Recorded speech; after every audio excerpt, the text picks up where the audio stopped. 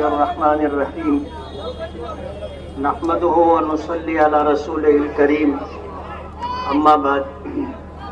सदर मोहतरम, स्टेज पर तशरीफ फरमा अमायदीन शहर, मेरे बुजुर्गों और दोस्तों,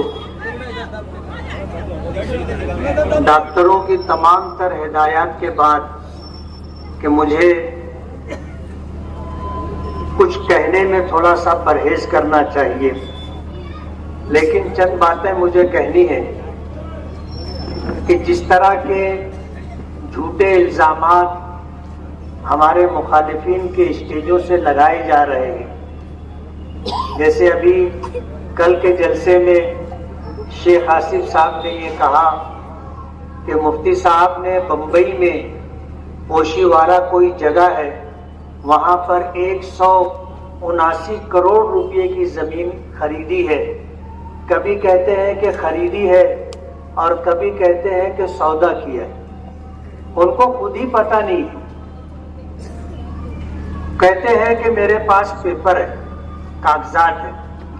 मैं उनसे कहना चाहता हूं कि आपके मुंह में घी शक्कर, आप के पास अगर कागजात हैं आप ले आइए, मैं आपको 50% का मालिक बना दूंगा। 179 करोड़, शायद अगर मैं उनको ये कहूं कि तुम 179 करोड़ लिख दो तो वो लिख भी नहीं पाएंगे। अगर उनके पास कागजात हैं और उनके इस इल्जाम में सच्चाई है, तो मैंने इलेक्शन का जो फॉर्म भरा है उसमें, उस फॉर्म भरने में मैंने अपनी जायदाद, अपनी प्रॉपर्टी, ये सारी चीजें डिक्लेयर की और ये चीज उसमें नहीं है। अगर आपके पास कागजात हैं, आप इलेक्शन कमीशन में जा करके कागजात पेश कर दो, उसे सही साबित कर दो, मेरा फॉर्म रद्द हो जाएगा और इलेक्शन वन साइड हो जाएगा। जाहिर बात है, जब उनके मद्दे मुकाबिल कोई रहेगा नहीं तो फिर बचेगा क्या, वो तो चुन करके आ जाएंगे। मैं उनको मशवरा देना चाहता हूं कि स्टेज पर झूठ फसाद बोलने से बेहतर ये होगा कि आप इधर मेहनत ना करते हुए इलेक्शन कमीशन में चले जाएं।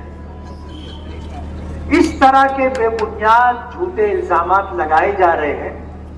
मैं आपसे ये कहना चाहता हूं कि इलेक्शन होता रहता है। 2019 में भी इलेक्शन हुआ था। हमारे ये शेख आसिफ साहब दावा कर रहे थे कि 50,000 वोटों से हराऊंगा, 38,000 वोट से हार गए, जबकि उनके पास उस वक्त जमीन पूरी सजी सजाई थी। लेकिन शायद मालेगांव वालों के मिजाज को उन्होंने समझा नहीं। बुनकरों के मुतालिक कहा कि अगर कोई मसला होगा तो तुम्हें तेरे 40 पैतरी चढ़ करके आना होगा, फिर मैं सोचूंगा कि तुम्हारा काम करना है कि नहीं करना है। उस वक्त हमारे शफीक राणा साहब उनके साथ थे। इस बात को सुन करके तेरे 40 पैतरी तो बहुत ज्यादा है, वो 1 पैतरी भी नहीं चढ़ी। हमारे यूसुफ इलियास साहब ने ये बात कही कि ये तेरे 40 पैतरी की बात करते हैं, हम 2 पैतरी चढ़ करके मस्जिद में चले जाएंगे, अपने परवरदिगार से अपने मसले हल करवा देंगे। 2019 का इलेक्शन हुआ। इलेक्शन हार जाने के बाद शेख आसिफ साहब ने अलल ऐलान तकरीबन 30 से 35 हजार लोगों के नाम वोटर लिस्ट से कट करवाए। आज उन लोगों को बदला लेने का मौका मिला है। जिनके नाम इन्होंने कटवाए थे, लोकसभा पार्लियामेंट इलेक्शन के मौके पर उनको समझ में आया कि हमारी तो वोट कट गई है। इसी तरह तकरीबन 15 से 18 हजार नए वोटर हैं। ये हमारा मुस्तकबिल है, पहली मर्तबा वोट देंगे। ये मालेगांव की तामीर और तरक्की के लिए, मालेगांव में बच्चों की तालीम के लिए, मालेगांव में बुनियादी सहूलतों की फराहमी के लिए वोट देंगे, मेरी उनसे ये गुजारिश है कि वो सोच समझ करके वोट दें कि उनका वोट जाये और बर्बाद ना हो। दुआ कर लें। बिस्मिल्लाहिर्रहमानिर्रहीम।